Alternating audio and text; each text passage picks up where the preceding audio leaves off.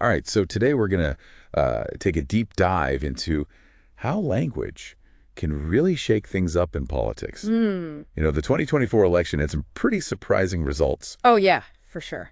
And while everyone's trying to figure out what went down, we're going to zoom in on one expert's take. Oh, yeah, sounds good. On how the words politicians use might have actually swayed voters. Interesting. So it's kind of like we usually focus on, the policies themselves. Right. And who the candidates are. Yeah. But the way they talk about those things can really make or break their chances. Totally. It's all about how they frame things. Exactly. So for this deep dive, our main source is an opinion piece from The Hill. Okay. By Jonathan Zimmerman. I know him. Yeah, he's a history and education professor at the University of Pennsylvania. And he's really dug deep into stuff like culture wars. Makes sense. Which are basically these ongoing clashes about values and beliefs within society. Yeah, like those hot button issues everyone's always debating. Exactly. And his background is really relevant here because he's not just some talking head. Right. He's got the credentials. He really gets how language is used in different social and historical contexts. Yeah, he's definitely an expert in that area. Okay, so let's get to it. All right, let's hear it.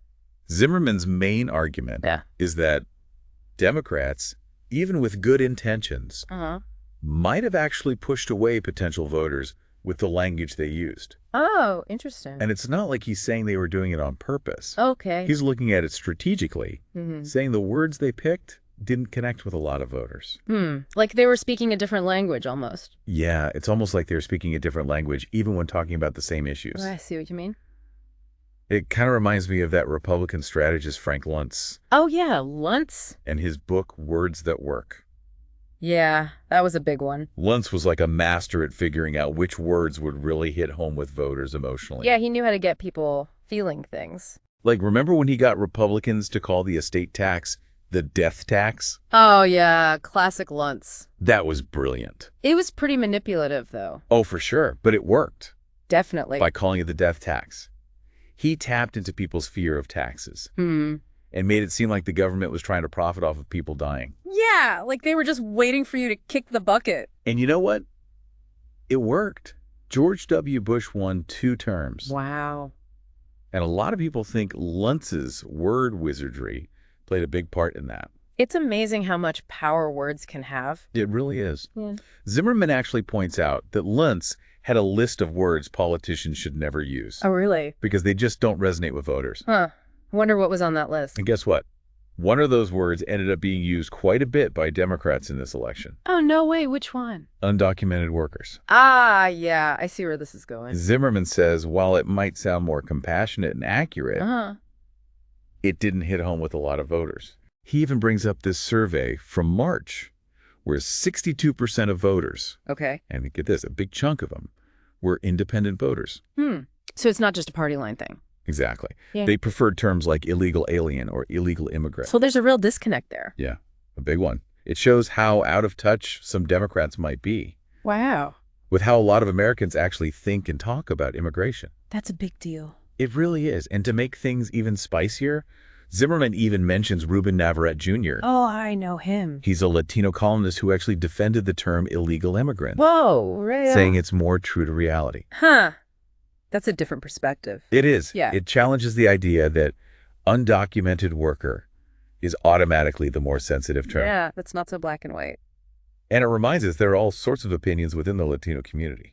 Of course, not everyone's going to feel the same way about these labels. Absolutely. Makes you think about all the little things in language, especially when we're talking about something as big as immigration. Totally. And this whole thing about using words that people get. Right. That's something Zimmerman keeps coming back to. Yeah, he does. And it gets even more interesting when he starts talking about these bigger identity terms. Oh, yeah. Like what? Well, for example, he talks about the phrase people of color and how it might be lumping together groups that have really different experiences and views. Yeah, that makes sense. Like, you can't assume everyone's on the same page just because of their skin color. Right, right. And he even says that the election results kind of debunk this idea of a single people of color voting bloc. Interesting. It shows how people from different backgrounds, racial and ethnic backgrounds, have their own things they care about. Their own priorities. Exactly. And Zimmerman's suggesting that Democrats would be better off recognizing those individual identities. Yeah, instead of trying to speak to everyone under one big label. Yeah, it's about showing real respect. By talking to people directly. Right, and recognizing their specific needs and experiences. And this whole being careful with language thing goes beyond just race, too. Oh, absolutely. Like how we talk about gender and sexuality. Yeah, for sure. Zimmerman actually criticizes those acronyms like LGBTQ. And even the longer ones like LGBTQIA and LGBTQIAPK+. Oh my gosh, yeah, those alphabet soup terms. I know, right? It's like they keep adding letters. I can barely keep up. Me neither. And it's interesting because on one hand, you have this push for inclusivity. Right. Which is obviously good. Yeah, of course. But then you have these acronyms that can be so confusing. Yeah. And even off-putting to some people. Even within the community itself. Totally. And remember that survey we talked about earlier? Only 5% of people could actually figure out what LGBTQIAPK+ meant.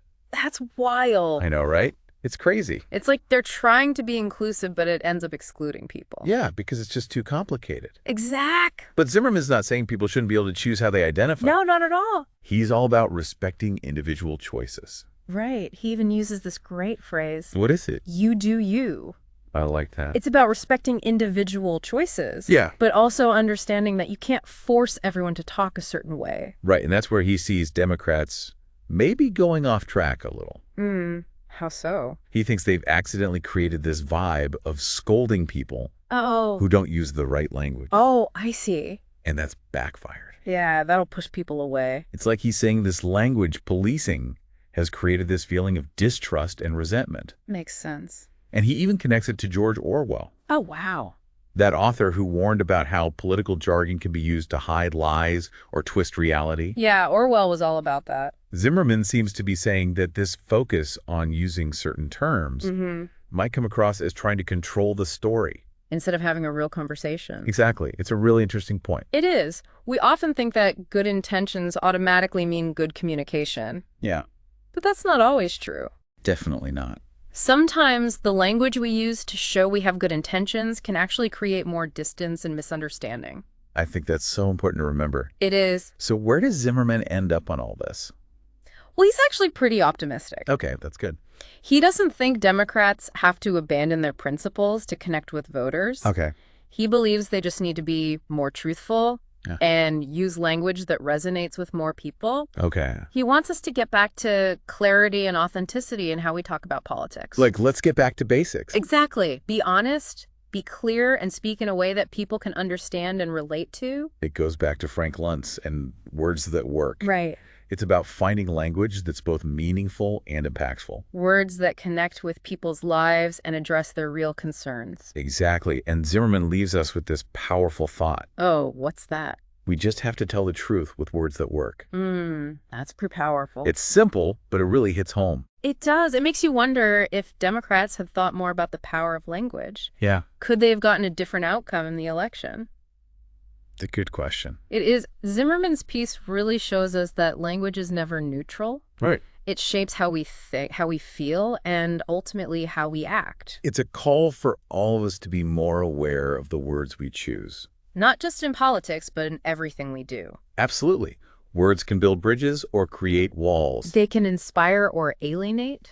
The choices we make about language have real consequences. No doubt about it. It's like he's saying, let's move past just putting labels on things and actually have real conversations. And you know what's funny about that?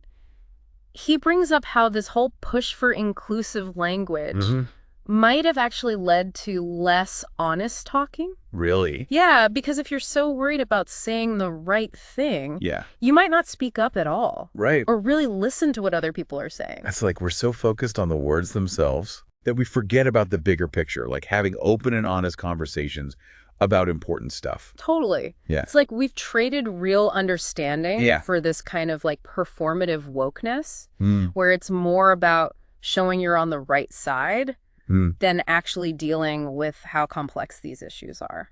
I think that's a really important point. It is, because ultimately language should help us connect, build empathy and understanding.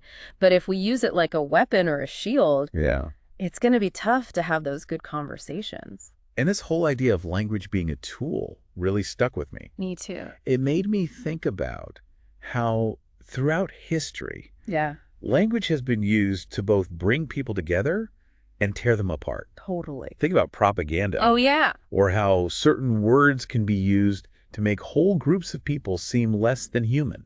It's scary how powerful words can be. It's a serious reminder that words have power. For sure. And we have to use them carefully. Absolutely. We can't just assume our intentions are clear. Right. Or that everyone will understand our words the way we meant them. Exactly. That's why it's so important to think about not just the words themselves, but also how they might affect other people. Right. We need to be open to hearing different points of view. Even when they challenge our own beliefs.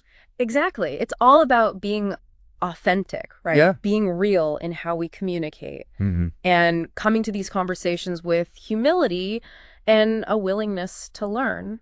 Well said. I think Zimmerman's piece is a good reminder that we all shape how we use language. We do. And that by choosing our words carefully and talking to each other with respect, we can make society more inclusive and understanding. Absolutely. Well, on that note, I think it's time to wrap up this deep dive. Okay. But before we go, I want to give a big thanks to Jonathan Zimmerman for his insightful analysis. Yeah, he gave us a lot to think about. We'll be sure to link to his article in the show notes so you can check it out. Great idea. And thanks to all of you for joining us on this journey into the world of language and politics. It's been fun. Until next time, keep those minds curious and keep those conversations going. See ya.